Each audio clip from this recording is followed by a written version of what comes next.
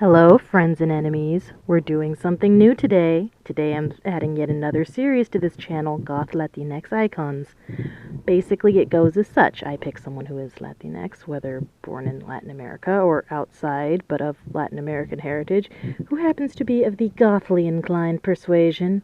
They might be a musician, a director, comic book writer, something else entirely, or multiple things at once, as multiple people are. I'll tell you a bit about their lives, how I found them, their work, and what makes them a goth icon. Today we'll be discussing the one and only Aurelio Voltaire, truly a Renaissance man as a musician, animator, author, YouTuber, and so much more. The story of how I heard of him is kind of funny, because it's all based on a misunderstanding and a mistake. So it was 2009. I was at my third official Bats Day at Disneyland, fourth unofficially, but that's another story. For those of you who are unaware, Bats Day is the day when all the darkly inclined people in the area, or even not, but they're just willing to travel, I guess, go to Disneyland and they get on rides and they hang out. Anyways, I was 16 and I was all done up to my gothly nines, and I was in line for one of the rides. I think it was the Haunted Mansion meetup. I don't remember exactly because that was a long time ago. Anyways, and someone was singing that song, If I Only Were a Goth, by Thou Shalt Not. I liked the song, and I looked it up on YouTube the next day. Now, YouTube was not what it is today. It was mostly fan videos and songs with applicable images added along. So basically, like my videos, but just music. And multiple people misattributed this song to Voltaire.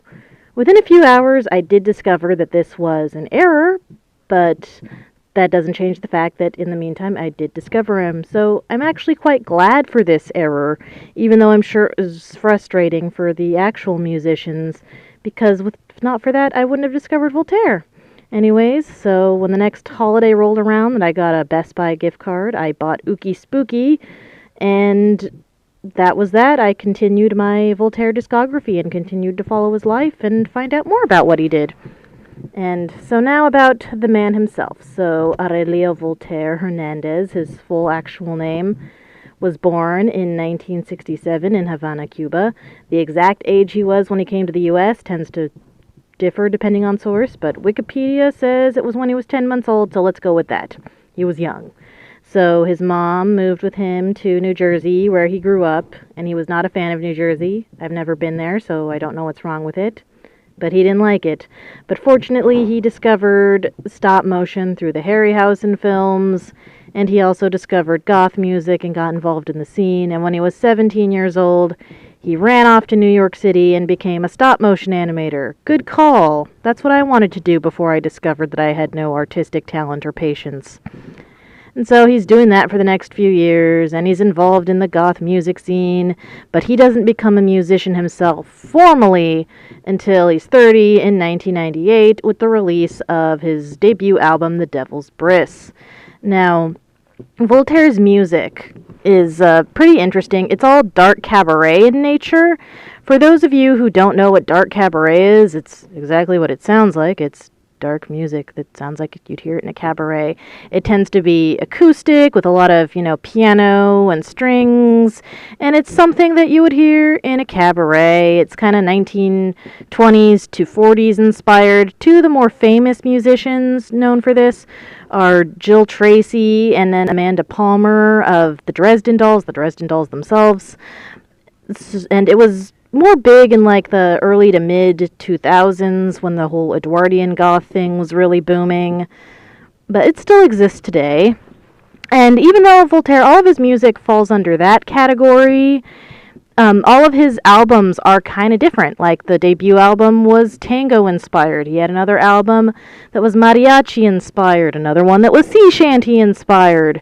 So once again, he's bringing out that Renaissance man thing, isn't he? Truly a Renaissance man.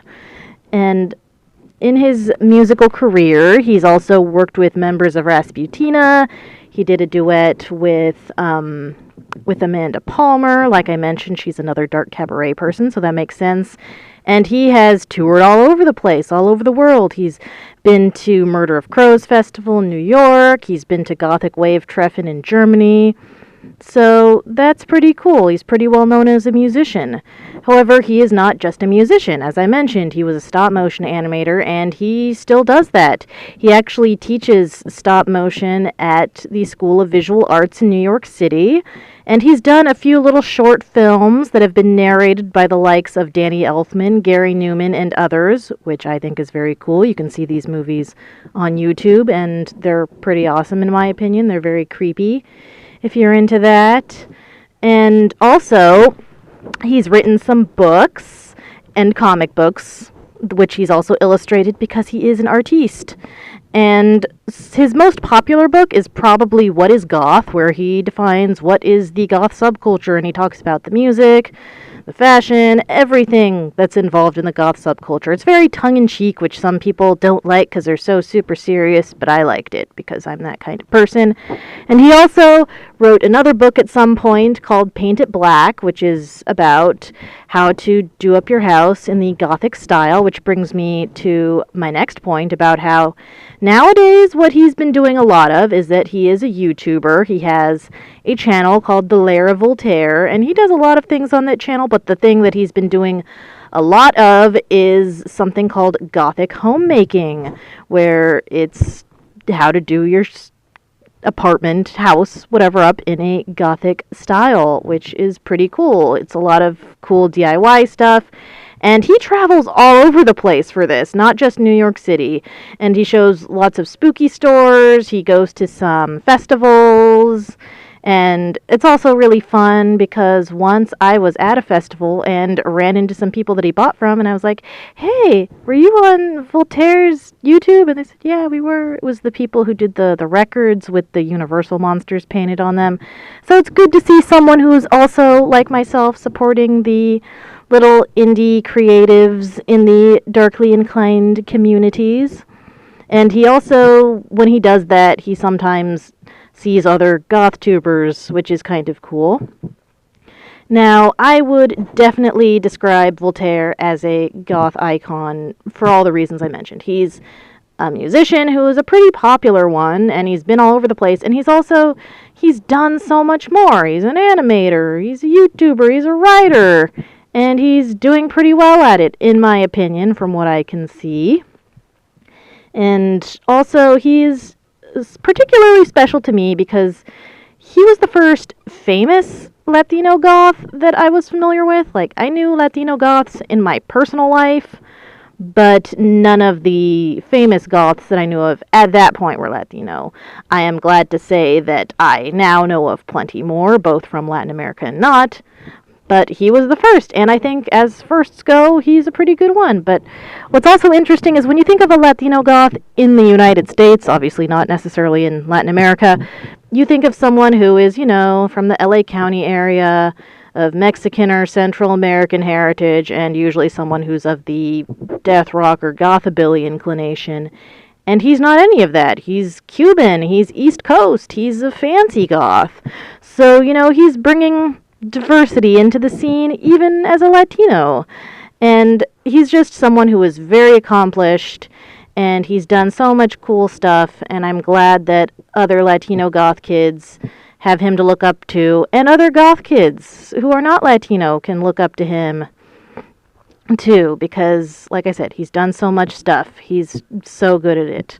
And so anyways, that was that. I hope you liked it, and you can leave in the comments any recommendations for any other people you think I should cover in this series.